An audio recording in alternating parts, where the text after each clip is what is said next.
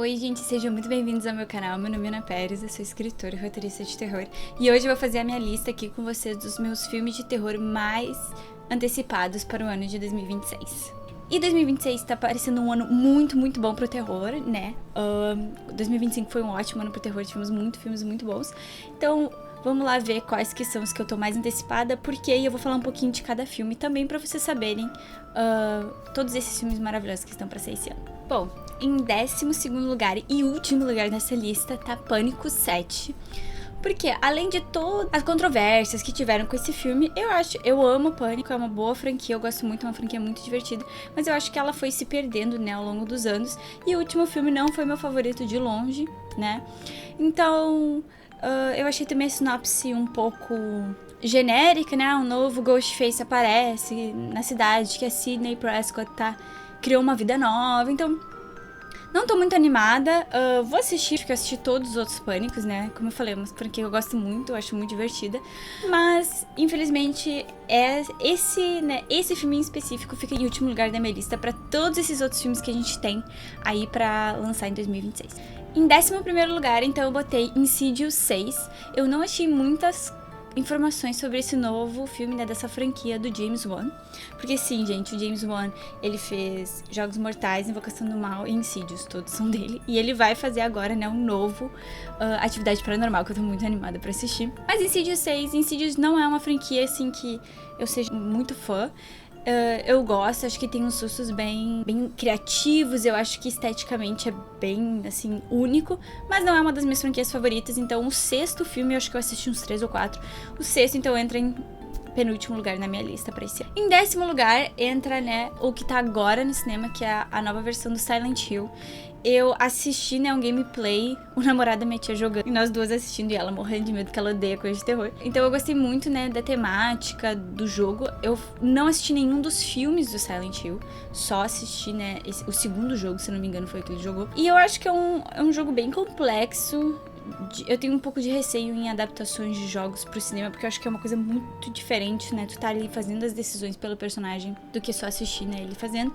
Então eu fico um pouco receosa, porque geralmente eu acho que não fica tão bom. Mas eu quero muito assistir agora, porque eu entendo, né, o lore, eu entendo tudo que aconteceu. Então eu tô ansiosa pra poder assistir logo esse filme. Que eu não vi trailer. Assim, eu tenho que dizer que a maioria desses filmes eu não vi trailer nem nada, eu só li a sinopse e sei sobre, né? Porque eu prefiro às vezes chegar sem saber nada, nem ver o trailer nem nada e ser surpreendida pelo filme, não criar expectativas em cima do que pode ser esse filme. Então eu acho que Silent Hill talvez seja uma surpresa, talvez não. Vai ser com certeza a resenha aqui no canal. Em 9º lugar, a gente tem A Maldição da Múmia, que vai ser um remake, né, de um dos monstros da Universal. Eu tenho um certo problema com remakes de monstros da Universal, porque eu acho que, às vezes, os clássicos, eles têm que ser deixados em paz. Mas esse me interessa porque o diretor é o Lee Cronin, que fez o último Evil Dead, que foi Evil Dead Rise, que eu acho que é A Morte, o Demônio e a Ascensão. E eu achei ele um ótimo diretor, eu achei muito interessante o jeito que ele usou a câmera, a foto, então eu fiquei bem curiosa pra saber como que vai ser esse filme. E a Múmia, né, ela não foi tão explorada como os outros monstros da Universal. Então, eu acho que tem uma boa chance de ser um bom filme. Até porque ele fala sobre luto, né, porque é sobre a filha de uma jornalista que ela desaparece num deserto sem deixar rastros, deixando essa família, né, dilacerada em função desse luto. Então, eu acho que tem um elemento aí muito contemporâneo, do terror contemporâneo, dessa coisa do trauma, do luto, de lidar com esses momentos difíceis. Então, eu acho que pode ser uma ótima releitura de um clássico. Em 8º lugar, então, nós temos Extermínio, o Templo dos Ossos. Ah, Ana, tu já assistiu algum filme dos Extermínio? Não assisti nenhum filme deles, mas me interessou porque é de culto e a diretora é Nia da Costa, que fez o remake de Candyman, e eu acho que ela é uma boa diretora. E como tem toda essa imagem de culto e tal, a sinopse, que é Dr. Kelson se vê envolvido em um novo relacionamento chocante, com consequências, blá blá. Não entendi nada, eu vi várias pessoas falando que tá muito bom, e eu gostei do pôster, então eu fiquei interessada. E eu acho que culto e apocalipse, eu não lembro se eu vi algo que fosse nesse nível, assim, tipo, nessa temática, juntar essas duas coisas.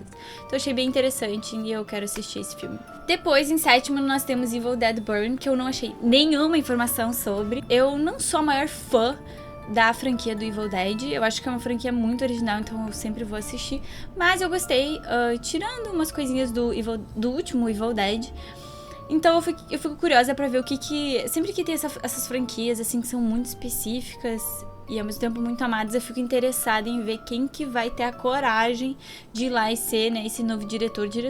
Então, é um filme que eu com certeza assistirei, mas não tem muita informação, mas, né, como carrega o nome do Evil Dead, eu fiquei, não, esse eu vou... Tô cuidando pra ver quando que vai sair alguma informação sobre esse filme. Em sexto lugar, então, a gente tem o Casamento Sangrento, A Viúva, que eu fiz, né, um react aqui do trailer no canal. Eu gosto muito do Casamento Sangrento, eu acho muito divertido, e essa dupla de diretor e roteirista, eles são muito específicos no tipo de comédia e terror que eles fazem, eu gosto muito disso, eu acho que eles são muito autorais, e ao mesmo tempo muito acessíveis. Então eu tô bem animada pra esse filme. Tem a nossa maravilhosa Buffy Summers, né, a Sarah Michelle Gellar vai fazer uma personagem no filme. Em quinto lugar a gente tem o The Bride, que vai ser uma releitura da Noiva do Frankenstein. A gente tá com várias releituras, né, dos Monstros da Universal esse ano, e é uma versão mais autoral também da Maggie Gyllenhaal, que é a irmã do Jake Gyllenhaal, que é um dos meus atores favoritos, que vai fazer parte desse filme. E tem um elenco muito bom, incluindo o Christian Bale, que na minha opinião é um dos melhores atores de todos os tempos. Eu gosto muito dele, eu acho ele muito bom. E ele vai ser o Frankenstein, né, o monstro. Então eu achei interessante isso. E como é um elenco muito bom mesmo. E a diretora fez A Filha Perdida, que é uma adaptação do livro da Helena Ferrante, que ficou muito bom o filme, eu gostei bastante. Então fiquei interessada em ver mais ela como diretora e não só como atriz, e ainda mais, né, numa coisa de terror. Em quarto lugar, nós temos o novo filme do Resident Evil. O Resident Evil eu joguei vários dos jogos, eu gosto bastante. Não assisti nenhum dos filmes, porque eu gosto bastante dos jogos e eu sei que eles são bem diferentes. Mas eu sei que eu falei que eu não gosto muito, né, de adaptação de videogame, mas é com o Zach Cregger, que fez A Hora do Mal e Barbarian. Então eu fiquei muito interessada pra ver como que ele vai fazer um filme bem menos, porque ele é muito autoral também, então bem mais assim pra galera, né, pra todo mundo. Então eu fiquei bem interessada em ver qual que vai ser a versão dele de Resident Evil. Acho que é um universo que tem muita coisa legal pra explorar e eu fiquei curiosa. E não teve, né, assim, principalmente acho que o último não foi muito bom o filme. Então eu fiquei bem interessada em eles pegarem um diretor bem de terror mesmo e ver como é que ele, né, vai fazer isso. Em terceiro lugar, a gente tem o Werewolf, do Robert Eggers, que vai ser, né, a releitura desse diretor que já fez Nosferatu, fez A Bruxa, fez um monte de filme muito bom. Ele vai fazer, então, agora a sua versão do lobisomem, né? Ele acabou de fazer o vampiro, então agora ele tá indo pro lobisomem.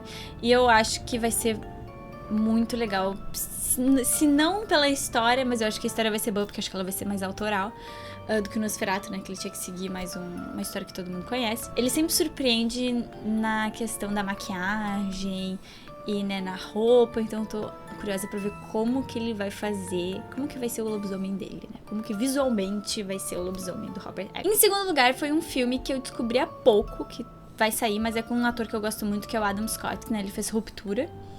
E ele fez The Good Place, ele fez vários mais assim de comédia também, que é o Rocco, não sei se é assim que se fala. Mas basicamente ele é sobre um escritor de terror visita uma pousada irlandesa para espalhar as cinzas dos seus pais, sem saber que a propriedade é assombrada por uma bruxa.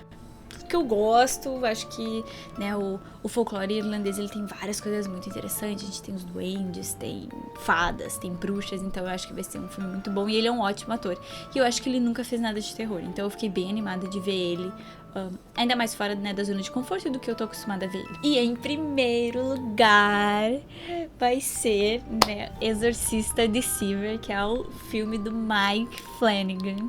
Esse ano vai ser muito bom para nós, amantes de Mike Flanagan, porque ele, né, vai sair a série Carrie, a versão dele da Carrie. E é o Exorcista, né, a releitura dele do Exorcista. Eu sou muito, muito, muito, muito fã do Mike Flanagan.